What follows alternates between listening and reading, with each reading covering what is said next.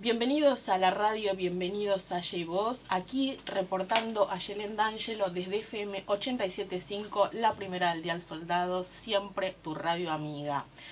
Y hoy realmente nuestra propuesta, más allá de todo, tiene que ver con el absurdo, con eso que a veces en la vida cotidiana nos pasa y de lo cual he traído que de lo racional y de lo lógico a lo absurdo y tal vez ridículo, tenemos un solo paso, señoras y señores. Antes que nada, quiero darles las vías de comunicación. Estamos en el 43466336, 43466337. Si querés comunicarte con nosotros, lo haces directamente a @fmsoldados o podés comunicarte también por web, conmigo particularmente, al círculo875@gmail.com. Bienvenidos a este programa que se llama AJ Voz y gracias por elegirnos. Hoy tenemos un invitado, como siempre, de lujo. El señor es filósofo, Guido Arditi. ¿Qué tal? Un gusto. ¿Qué tal? Buenas noches, Ayelen. El gusto es todo mío. Bueno, gracias. Y bueno, vamos a dejar esto en manos nada más y nada menos que de la filosofía para resolver la lógica o la filosofía del absurdo. Señoras y señores, el señor Guido Arditi con ustedes. ¿Qué tal? Bueno, buenas noches. Sí, yo hoy quería hablar un poco de uno de los mitos más interesantes que tiene, en mi opinión, la mitología griega, que es el mito de Sísifo. El mito de Sísifo quizás es el más parecido, es el relato más parecido a lo que son nuestros mitos bíblicos. ¿Por qué digo esto? En primer lugar, porque Sísifo no era una divinidad, Sísifo era un hombre.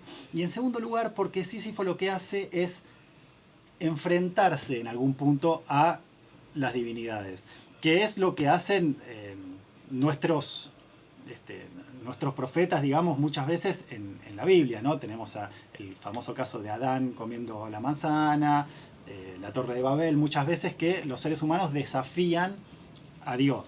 Y me gustaría agregar ahí algo que me pareció muy interesante, que el mito de Sísifo se basa en esa premisa del ser humano de querer ser inmortal.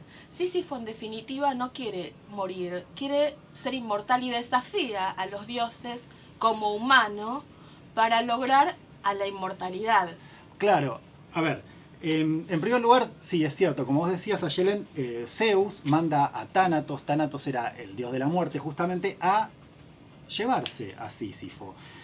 Y Sísifo, al enterarse de esto, cuando recibe a Tánatos, pero lo que hace es apresarlo, le pone unas esposas y lo toma prisionero para zafar de la muerte, para que no se lo lleve al inframundo. Lo que pasa es que, a raíz de esto, lo que sucede es que la muerte queda prisionera, entonces la gente deja de morir. Cuenta el mito que decapitaban a las personas y las personas seguían caminando y seguían viéndose a sí mismas decapitadas, ¿no? Entonces pasaba el tiempo y no solo que Sísifo no moría, sino que no moría nadie. Entonces, ¿qué pasa? Hades, que era el dios del inframundo, se empieza a enojar porque ya no viene más gente, no viene más nadie al inframundo porque nadie se estaba muriendo. También, entonces lo que hace es pedirle a Zeus, que era su hermano, que resolviera esta situación.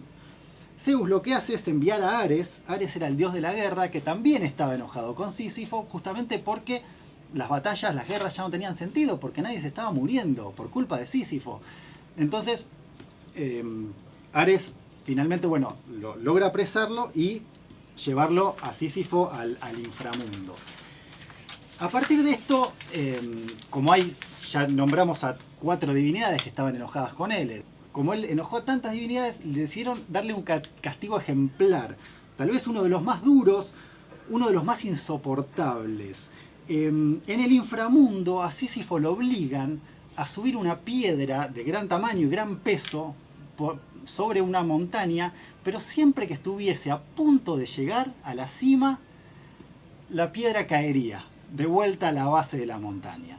Y Sísifo tenía que bajar de vuelta, buscarla y repetir esta acción durante toda la eternidad. Es como un mito del eterno retorno, en donde él frecuentemente y todos los días debía volver a efectuar el mismo trabajo con la misma fuerza y volver a obtener el mismo resultado, que era el fracaso de la piedra que volvía a regresar hacia él, que es un poco lo que a mí me parece que es nuestra vida cotidiana. Cotidianamente nos levantamos, hacemos una serie de secuencias que son repetitivas, que tienen que ver con nuestros mitos, con nuestras costumbres, con nuestra ideología, con lo que vaya a ser, pero que en definitiva la vida no es tan chispa y tanta felicidad como nos vendieron en los libros. La vida es bastante aburrida, señoras y señores. Claro.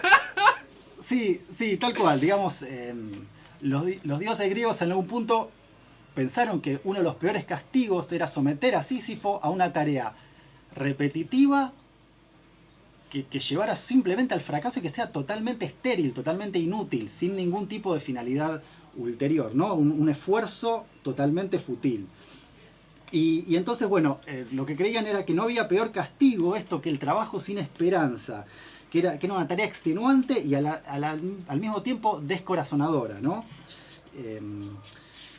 Entonces, ¿a qué viene todo esto? Bueno, muchos años después de este mito, ¿no? Griego, en 1942 precisamente un escritor francés llamado Albert Camus escribe un libro que se llama justamente El mito de Sísifo.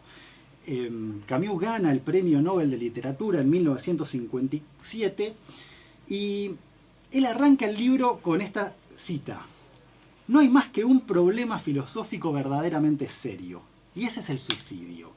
Juzgar que la vida vale o no vale la pena que se viva es responder a la pregunta fundamental de la filosofía. Y entonces, a mí me gustaría agregar ahí a dos respuestas que a mí me parece que se basa el mito de Sísifo y sobre todo el desarrollo que hace Albert Camus, que responde a la pregunta fundamental: ¿cómo vivir y cómo morir?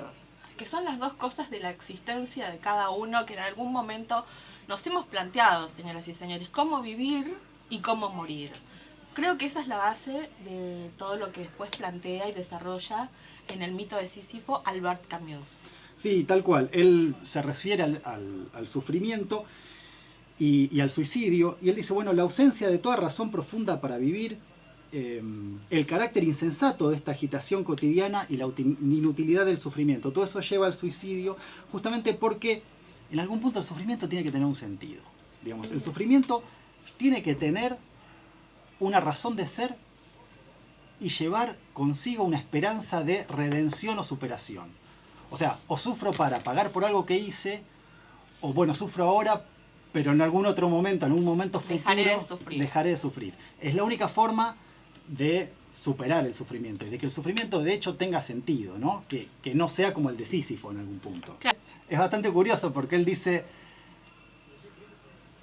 no son quienes no le encuentran sentido a la vida quienes se suicidan, sino muy por el contrario, aquellos que están muy seguros del sentido de la vida. Sí. Justamente porque están muy seguros de un sentido de la vida, al perder ese sentido, es que se suicidan. Sí, ¿no? Igualmente vale aclarar también que el señor Albert Camus no se suicidó, murió en un accidente automovilístico, para todos los que empiecen a creer o a fantasear que Albert Camus tuvo ese final trágico. Él amaba la vida y por el contrario era antisuicida. Sí, ya vamos a llegar a eso.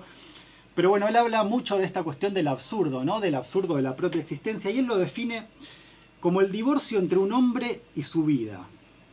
Y él da un ejemplo que a mí me gusta mucho, dice, esta cuestión del divorcio de uno mismo con la propia vida, dice, así como hay días en que se encuentra extraña a la mujer que se había amado hace meses o años, ¿no? Es esa ruptura con la propia existencia que uno de repente toma distancia y como que la contempla desde una fuera de la propia vida, ¿no?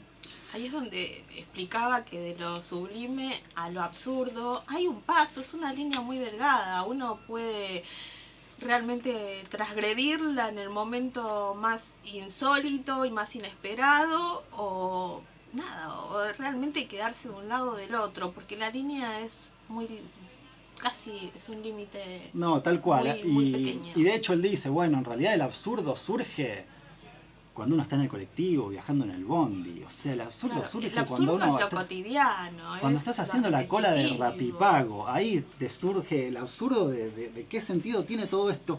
Y otro ejemplo que da Camus, que me parece muy bueno, dice, bueno, tengamos en cuenta que él escribe en los 40, los 50, dice, imagina un hombre hablando por teléfono en una cabina telefónica, ¿no? Vidriada. Uno no puede escucharlo, no puede escuchar lo que dice, pero lo ve gesticulando y gritando y muy agitado. Y uno se pregunta por qué vive, ¿no? O sea, sí, esto es fácil. Uno hoy en día lo puede ver también. Cuando ve a alguno manejando con el celular y gritando y gesticulando, y uno lo ve de afuera y dice, bueno, ¿cuál es el...? Y bueno, él dice que hay una confrontación entre el llamamiento humano, o sea, el llamamiento humano por un sentido, y el silencio irrazonable del mundo. Y yo quería traer una cita un poco parecida, que a mí me parece que en cierta medida es parecida, que es de Nietzsche, en un libro que se llama El caminante y su sombra. Dice, la neutralidad de la gran naturaleza, en la montaña, el mar, el bosque y el desierto, agrada, pero solo durante un breve tiempo. Después nos impacientamos. ¿No quieren, pues, estas cosas decirnos absolutamente nada a nosotros? ¿No existimos nosotros para ellas? Y es cierto que cuando uno va a la naturaleza, uno experimenta en cierta medida esta indiferencia de la naturaleza. Yo traía un ejemplo que a mí me parece que es muy bueno. Digo, cuando uno va al mar, por ejemplo, y viene una ola totalmente indiferente a vos y te golpea y te tira al suelo, digo, generalmente la gente tiende como a reírse, ¿no? Como esta irreverencia que en algún punto muestra la naturaleza frente a nosotros. Y bueno, él dice que esta cuestión de luchar por encontrar un sentido en un universo que parece desprovisto de sentido es el corazón de la desesperante condición humana, ¿no? En último término, digamos, lo que él hace es vincular este mito de Sísifo con la condición humana en general y el modo de vida actual, ¿no? Él dice que el mito de Sísifo nos trae una inquietante familiaridad, porque hoy en día vivimos agotados, exhaustos, y que el mito de Sísifo es similar, al fin de cuentas, al hombre de hoy, ¿no? Que tiene una inacabable labor y que es totalmente repetitiva y monótona, ¿no? En algún punto esta cuestión de que Sísifo engaña a la muerte tiene que ver con esto de cuando uno no enfrenta, cuando uno intenta, digamos, tapar el sinsentido, lo que hace es eso, en algún punto enfrentar a la muerte, digamos, porque... Sí, digamos que yo lo asociaría más al tema de la libertad.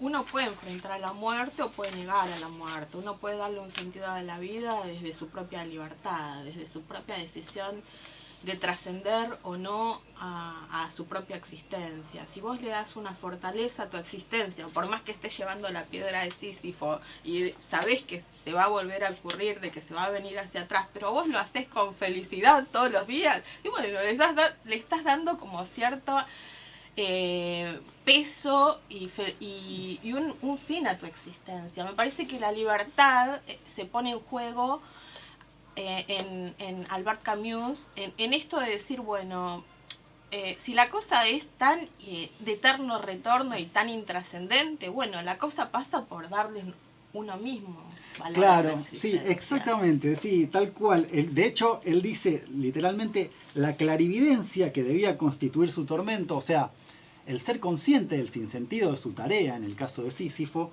consuma al mismo tiempo su victoria, digamos. Exacto. Es el saber que aquello que hace no tiene sentido constituye la fortaleza de Sísifo. Tal cual. Por eso Sí. es tan genial Albert Camus. O sea, es como una filosofía en la cual se basa en decir, bueno, vos tenés la prioridad de decidir cómo querés trascender tu propia existencia, o desde lo absurdo o desde lo sublime y lo realmente lógico, pero dale un poco de historia y de peso para que tu historia tenga un sentido. Pero si no se lo das vos, no te lo va a dar nadie. Claro, tal cual. Él lo que dice es que no hay un sentido trascendente, o sea, no hay un sentido con S mayúscula, sino lo que debe haber son sentidos con S minúscula, digamos, como sentidos que cada uno hace, ¿no? Y él dice que lo que hay que hacer es justamente tomar conciencia de la situación absurda de la vida, aceptar totalmente que la vida no tiene sentido y que ese es, al fin de cuentas, el momento de felicidad, que ahí se puede vivir plenamente. Porque la vida se vive mejor si no tiene sentido. Y hay algo que casi del orden de lo obvio, ¿no? Pero es cierto que a veces cuando pensamos que nuestro presente solo sirve en pos de un futuro, o sea, donde todo lo que hacemos en el hoy es para un mañana, lo que terminamos haciendo al fin de cuentas es no vivir el hoy. Es no vivir el hoy, claro. Exacto. Es desvalorizar realmente lo que tenés que valorizar. ¿Qué es esto? Lo único que tenemos, señoras y señores, es el momento presente. El pasado no existe y el futuro, ¿qué sabemos? Tampoco. Es incierto. Claro, tampoco existe. Tampoco. O sea, revaloricemos el hoy, porque esa es la historia. Sí, a mí me has acordado un poco esa famosa frase de John Lennon, ¿no? Que él decía: la vida es aquello que sucede cuando estamos ocupados haciendo otros planes, ¿no? Pero es eso mismo. Tal cual. Y yo quería traer un poco a mencionar también a Aristóteles, porque Aristóteles decía algo parecido. Él decía: la vida buena consiste en la realización de actividades por el hecho mismo de realizarlas. O sea, esto lo hago porque quiero, porque me gusta, no porque esto me va a llevar a otro lugar. Las mejores cosas son las que se hacen porque sí. Las llevamos a cabo simplemente porque pertenecen al ámbito de nuestra realización. Como por ejemplo, este programa de radio, ¿no? Que nos hace felices. Lo hacemos porque sí. Exacto, lo hacemos porque nos hace felices, señoras y señores. Sí. Finalmente, bueno, Camus dice: anteriormente se trataba de saber si la vida debía tener un sentido para vivirla. Ahora parece, por el contrario, que se la vivirá tanto mejor si no tiene sentido. Bueno, al fin de cuentas dice que el espíritu absurdo que él proclama es un increíble desinterés por todo, salvo por la llama pura de la vida. Y bueno, él claramente era un existencialista ateo. Él, de hecho, durante mucho tiempo fue muy amigo de Jean-Paul Sartre. Y termina criticando un poco a la religión, porque la religión lo que hace es darte un sentido prefabricado y decirte: bueno, este es el sentido de la vida, acá está, compralo y llévalo. Y él dice: comprendo por qué las doctrinas que me explican todo me debilitan al mismo tiempo. Me libran del peso de mi propia existencia y sin embargo es necesario que lo lleve solo. Es increíble, sí. A mí me gustaría incorporar una frase que él dice, y a mí me pareció que es un poco lo que a mí me pasó muchas veces. Dice: yo sabía que era posible estar desesperado, pero ignoraba el significado de esta palabra. Creía, como todo el mundo, que era una enfermedad del alma, pero no, el cuerpo es el que sufre. Esto es de Albert Camus, El absurdo y la muerte. Esto me parece que él lo asocia mucho a la urgencia que los seres humanos tenemos con respecto al amor, a la sexualidad, a los deseos esos insaciables que tenemos a veces, porque somos objetos de deseo permanente, hasta la necesidad de comer, la necesidad de tomar agua, o sea, somos objetos de deseo continuo. Entonces me parece que ahí está también el tema de lo absurdo en lo que es el eterno retorno, de ser repetitivos con respecto a condiciones de conducta que los seres humanos repetimos siempre. Ahora me gustaría hacerte una pregunta realmente, Guido, con respecto a esto y que tiene que ver con esta filosofía que estamos tratando hoy. ¿Vos sos feliz siendo filósofo? Sí. ¿Sí? Sí, bueno, claro. Eso es realmente lo que Qué fácil Albert era Camus, la pregunta, claro, sí. te hacía reflexionar. O sea, si uno es feliz con lo que habitualmente hace, y bueno, realmente le diste un sentido a tu vida. Ahora, si no sos feliz, empezá a buscarlo, porque no te lo va a dar nada ni nadie. Esto fue la filosofía del absurdo, todo por hoy. Muchas gracias por haber compartido con nosotros. Gracias, Guido Arditi, gracias, cámara. Víctor, gracias. Fabio Yuri, nuestro operador, nuestro editor. Juan Rivera, gracias a todos los que componen este staff de FM 87.5, la primera del día al soldado. Mi nombre es Ayelen D'Angelo y gracias por compartir conmigo, gracias por elegirnos. Chao.